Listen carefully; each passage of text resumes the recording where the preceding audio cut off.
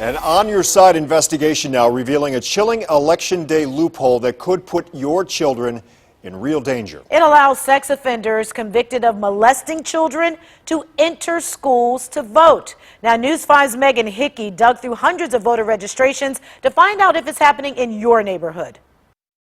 Ohio law is silent on the matter, but we discovered 77 reasons why parents should be concerned. Tier 3, that's for life. Wow. And this is his voter registration. That's unbelievable. Even the man who's been working on this issue for years was shocked by what we found. See, that's what we're trying to stop. A loophole in Ohio law that has to do with kids. Hey baby, how was school today? Good. And convicted sex offenders. They're forbidden from living within 1,000 feet of any school or daycare, right? Well, there's a catch. You got the sex offender coming in here voting.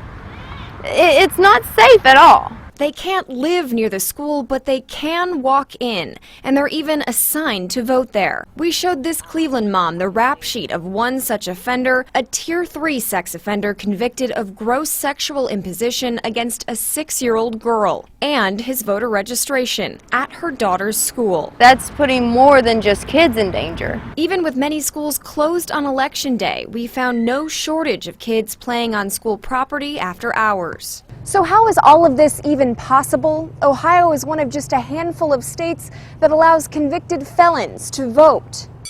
We found 77 sex offenders assigned to vote at Cleveland schools, more than half of which committed crimes against children. You wouldn't send an alcoholic into a bar and say don't drink. Former sex crimes prosecutor Natasha Nadel says our numbers pinpoint the problem. Because it just takes a second for something to happen. And even if it doesn't happen at the school, it could be something to where you're triggering that mechanism in their brain where they're going to leave and commit some subsequent act that could harm a child. What's worse, it's no secret. The superintendents will call me from time to time asking they want us to get out of there and not utilize them as voting locations, but schools are so accessible. Even the Board of Elections is hearing about it, but their hands are tied.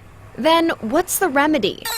Remember Representative Sean O'Brien? He said our 77 case files prove the point he's been trying to make for years. It's just not worth the risk. And now he's drafting a bill that would prohibit convicted sex offenders from entering a school for any reason. A preventative measure against a life-changing crime. This is something where a child's harmed for the rest of their life and that stays with them forever. O'Brien hopes to introduce the bill early next year. Sex offenders could still vote by mail or at the BOE.